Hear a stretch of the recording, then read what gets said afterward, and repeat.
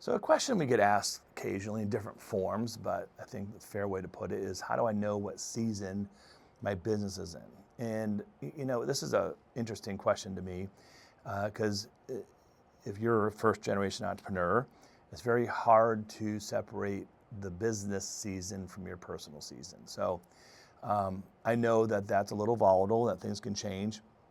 But it's really important to reflect, as you as the primary shareholder, as the entrepreneur, where are you going with the business?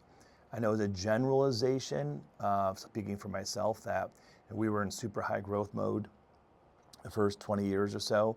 But as time went on and eventually I had children, and then I had children in high school, while my season in life was changing, that I wanted to be very present for my children, and I was, the business was still in growth mode. And it actually forced me to behave a little differently and think a little differently.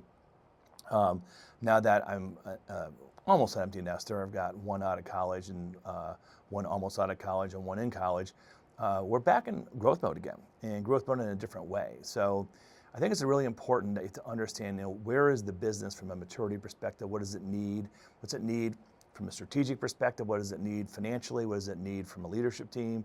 And also, where are you? Where are you in life? And one of the complicating things today, I think a lot of books that were written 20 years ago may not be relevant, is that we as Americans are living longer, living healthier, living much younger longer. I know, speaking routinely to my friends who are all on our 50s, late 50s, that we feel pretty young and act young still. And so that, there's a lot of time left in growing this business, where 20, 30, 40 years ago, an entrepreneur in their late 50s was almost done. So it's really important to understand, where are you as a person, where's the business, what do they need together, and continue to plan strategically around that.